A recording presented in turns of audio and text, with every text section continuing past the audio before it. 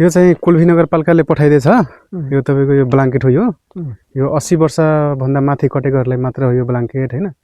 यो सहयोग होइन, यो तपाईँहरूले सम्मान गरेको हो। यो जस्ट ठुलो भएपछि यो सम्मान गरेको हो। यसलाई सम्मानको रूपमा लिनु होला हैन। अब यो राख्नु। बिहानभरि म कार्यक्रम सुनेँ मैले। ए कार्यक्रम सुन्नुभएको थियो? यो यसको बारेमा सुन्नुभएको थियो बाँडिरहेछ भनेर? हजुर, अस्ति नै आएको हो। हामीले चाहिँ मुखियाजी बाहिर जानुभएको थियो अनि नभ्याएर अनि हिजो भर्खर साँझ आउनुभयो। अनि त्यही भएर अहिले बिहानैदेखि हामी घर घरमै पुगाइदिरहेछौँ। ठिक छ नि? हजुर। सबैको घरमा यसै गरी गाडी पुग्थेन।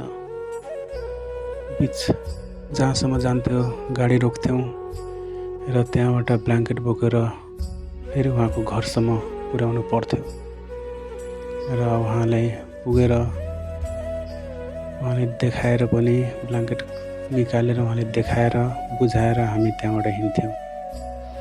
कति त घरै नचिनेर अर्कैको घर पुगेर सोध्नुपर्ने अवस्था थियो।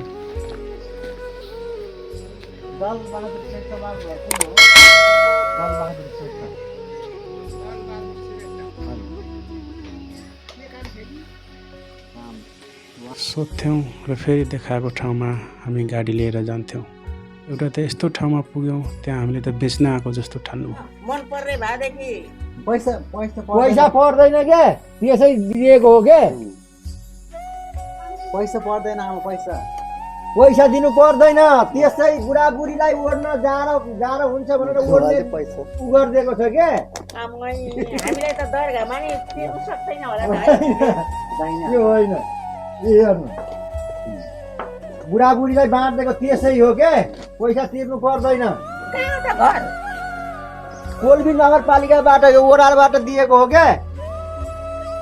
ओडाले तपाईँहरूलाई बुढाबुढीलाई जाडो हुन्छ भनेर ओरोस् भनेर चाहिँ नगर र ओडाले राम्रो थियो।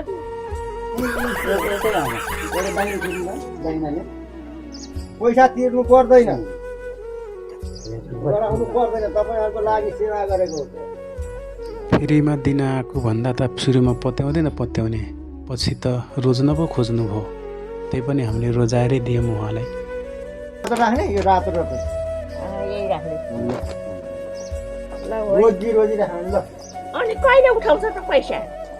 पैसा उठाउँदैन, पैसा तिर्नु पर्दैन, त्यसै हो। आमालाई दियो त? आमाको उमेरै पुगेको छैन त, 80 वर्ष पुगिसकेकोलाई दिने हो के। म त भन्छ र भन्दा 2 वर्षपछि नि कति भयो? तपाईँको उमेर पुगेर नै तपाईँलाई दिएको हो के। उहाँ लिस्टमा तपाईँको उमेर पुगिसकेको छ 80 वर्ष, त्यही भएर तपाईँलाई दिएको। पैसा केही पनि तिर्नु पर्दैन। ड्याममा अब जाडामा ओर्नुहोस्, दरगाहमा पनि तिर्नु तिर्नु पर्दैन। एउटा कसो केरा उखाएको त तिर्नु पर्छ है भन्छ।